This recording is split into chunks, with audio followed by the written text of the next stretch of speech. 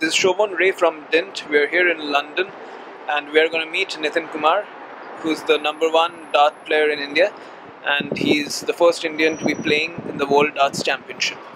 You have represented India in the largest darts tournament in the world. So, what has been your experience? Good experience, and that the main thing that I've learned is we are still quite behind. Get more and more, try and get as much international experience as you can, because the world is a lot better. I mean, the darts world is a lot better outside of India. So many better players all around Asia and Europe, and of course the UK. And this is where the best of the best come over here and play, and they actually show off their skills. So this is what I've learned.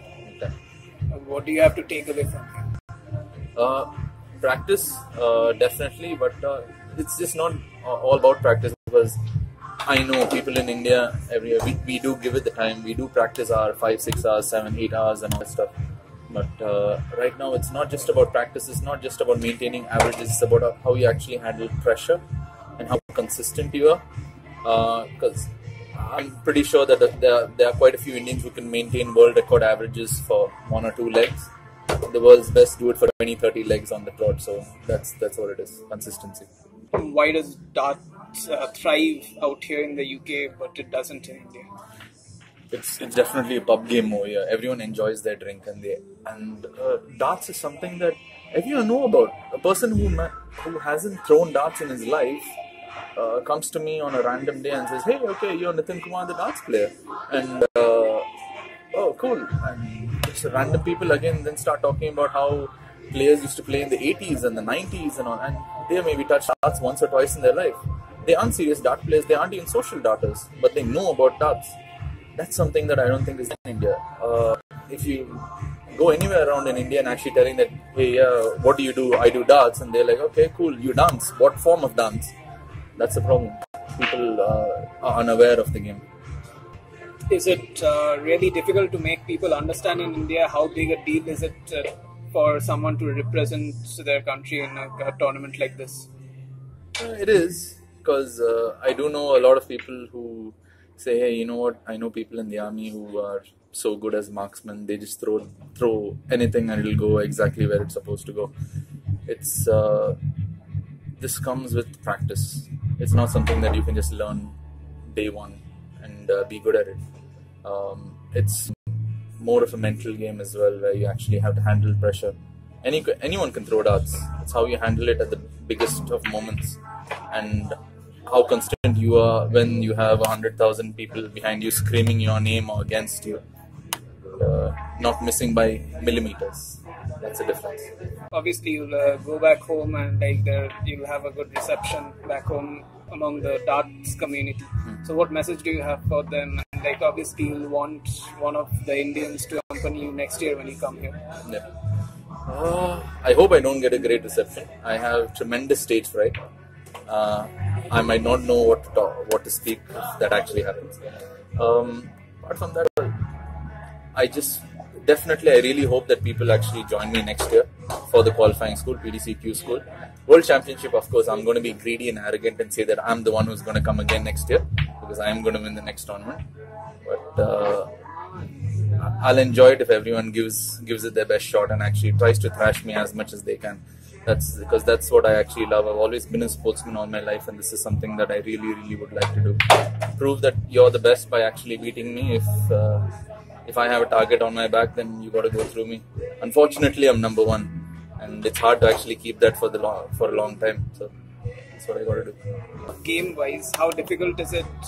How different is it from here? You're talking about one mistake and you're gone. So can you just emphasize yourself on that? Yeah, that's literally how it is. One mistake and you're gone. Silly mistakes. Not missing a sitter that you're supposed to actually get. Getting 3 darts on a double 16 or sweet, as they actually call it over here, and missing that out, and your opponent might be on 140 left, and you just see 2 triple 20s and a double 10 going in. It's that simple for them. I'm not saying it's simple. It's just that they're that good. It's just there are so many numbers of players who average the 90 pluses over here that they just keep playing. They play with each other and they keep getting better. While in India, if you have 1, 2, 3, I don't know, I can't even count it in my fingers also. If you have players that average 90 plus, they got to practice together. We are so away from each other as well, because we have quite a good group of players in Surat. Of course, we have it in Calcutta, by far the best bunch of players in India. We have a few players in Bangalore, we have a few in Chennai, and that's about it. And when everyone is elsewhere and you have just 1 or 2 good players in different places, it's hard for everyone to practice actually. Well, when you have the numbers over here in the UK, you have everyone who are like one tube away, one station away from each other. They can always meet up for a pint to drink, and they just practice for hours together, and that's how they get better. While in India, it's not possible. Do you think darts has been restricted to the upper class people because of the status of coming to having to come to pubs to play? It actually, in India, it actually kind of is. I would not fall back on that totally, because in Calcutta, club culture is very, very big. So you have a lot of social darters who are maybe not that serious into darts, but they know about darts. They do play the game. There are lots of extracurricular activities that most clubs actually have in Calcutta that cater to darts. So you might have 1 or 2 really serious players on a club, but that club would actually have a team of around 50-60 darters. So that's quite a few huge numbers. The other thing is that this misconception that darts is a pub sport. In India, since we do have a lot of youngsters who are picking up the game without the influence of alcohol, and I really feel that's a huge advantage to us. Though again, over here in the UK, most of Europe actually is a pub sport. They are definitely trying to move away from that, and I really feel that they're actually doing a pretty decent job on it. Some of the professionals actually do know how much they need to drink. They do limit the amount of alcohol they drink. Many of them actually, many decent players actually do not drink alcohol, which is pretty difficult to hear when you're a proper darts player and you actually tell a person that, hey, you know what, I play darts at a professional level and I don't drink. People look at you in a very funny way actually. Yeah. From the economic point of view, since darts is quite expensive and you have to fund all your, like even if you're traveling in India, you have to fund all your expenses. True. So we are basically cutting off 90% of the public. True. So like how do you get around that? Like what are the, how the sponsors come into play in those situations? As of now, I feel in Calcutta they are doing a pretty decent job in getting to the masses, which they are right now doing. But of course, there are still a lot more things that they can do, which I do know, which maybe I can't actually talk about right now. But those are actually in plans, which maybe I can't divulge right now. There are things that are there in most of their minds to get it out to the masses, to low-income areas, to people with low incomes, so that they can actually get darts equipment itself just to practice with. There are places where people can practice in, like in Lal Bazaar, you have the Checkout Academy, you used to have the Power Play Academy, you have various places apart from the clubs also. You also have a center in Howrah where you can actually practice. These are actually there right now, and right now educating people, because darts is actually, it's not a very, very expensive sport. If you actually get a dart for around 1,500 rupees, you can actually get a dart set at that. You get a decent board at around 3,500 rupees, and those darts are going to be lifelong. It's going to be there with you. You require at max 10 square feet to actually play in it. You don't require that much of space either. And it's just the dartboard that actually dies out over time. It depends on how much you actually play on it as well. So if you can maintain your dartboards, I know dartboards that have lasted for around 3 years. I know dartboards that have lasted for around 1.5 months. Just depends on how you actually play on the board. I think the equipment is maybe some of the cheapest ever when you consider the time span in which you can keep it. It's mainly, the travel that kills you, and entering tournaments and all that. So I would rather prefer a newcomer to come to the best of the best tournaments in India. Put in the money, because it's a learning experience that you cannot get anywhere else. Put in the money, save up the money, put it in, practice as much as you can at home or wherever you do get chance to practice. And when you know you're ready, then actually come for those tournaments. And then once that actually happens, when you know you're ready, when you're actually taken out a few seeded players, some of the best in India, then everyone knows you're in, because Indian darts is actually not very, very big. It's quite small. Since it's quite small, how important is it to get to the masses? Very, very important. That's the future of Indian darts. Right now, I talk about our kids, our youngsters, not having access to alcohol and playing without the influence of alcohol. It's the same thing when it comes to the masses as well. If those kids are our future and they actually give us an advantage when it comes to the lack of alcohol when you actually play a game, the more the numbers, the more closer you actually get to having a person who you can practice with, having more people to actually practice and play against, get match practice, which is maybe the most important thing.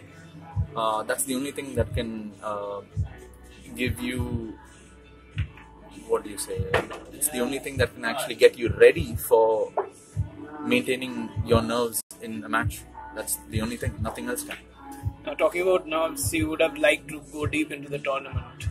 And yes. So how important, since we as Indians have very little opportunity to get international exposure, so how important is it to prepare yourself, and how much effort does go into it while preparing for a tournament like this? It's a lot of effort. I don't know. I think I practiced for a good 3 months before it. 3 months, unfortunately, is not enough for the World Championships. The thing is, we found out late that an Indian qualifier was going to happen. So the second I found out, I think the very next day we started practicing. And it's kind of weird because I wouldn't practice according to our Indian times. I practice according to the UK times. So, which means that I'd actually start practicing at around 2:30, 3 o'clock rather than practicing at around 10 o'clock in the morning in India. So, it's quite hard. You got to put in the hours. And but the thing is, again, you have to not only put in the hours, you got to, not about practicing hard, it's about practicing smart as well. You really need a person to push you all the way for you to actually get ready for tournaments like this, because people can actually see whatever has happened in the tournament online. They can see it on YouTube or the PDC TV and all that stuff. But actually experiencing it, me actually being there, it's scary.